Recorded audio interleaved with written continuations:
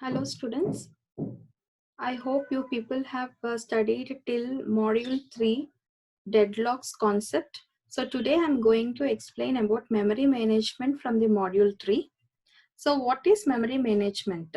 Memory management is the process of controlling and coordinating computer memory, assigning portions known as blocks to various running programs to optimize the overall performance of the system.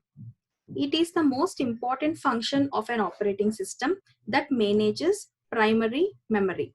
It helps processes to move back and forward between the main memory and the execution disks.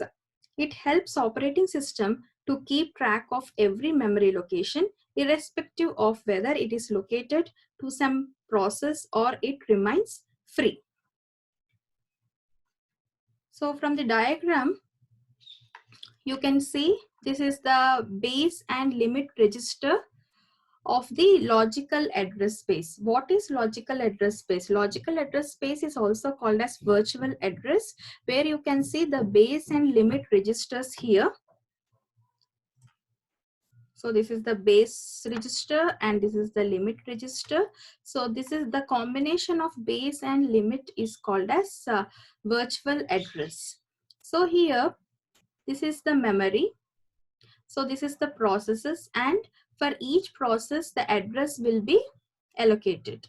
Okay, so the address of the process is called as base, and the difference between these two, see this, for this process we can see this is one address and this is the next address of the next process, the second process. So the difference between these two memory address is called as limit.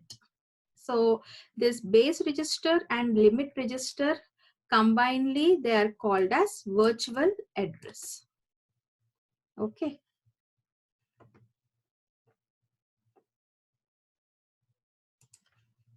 So next I'm going to explain how the address binding to memory address, the instructions, the assigning of the instructions to memory addresses will happen. So the address binding of instructions to memory addresses will happen in 3 different stages. They are called as, they are like compile time, load time and execution time. So here you can see from the diagram, what is compile time? Compile time is nothing but when we have written one C program or any other programming program.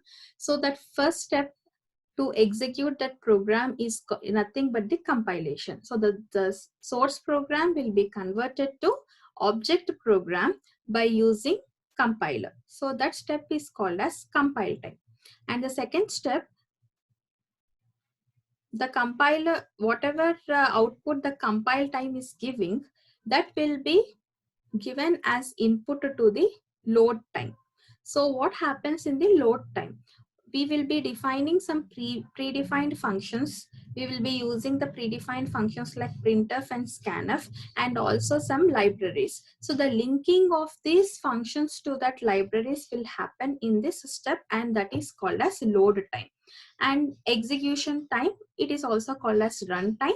That means the output of the loader will be given to the executor. So the .exe file will be executed. That means we will get the output in this step.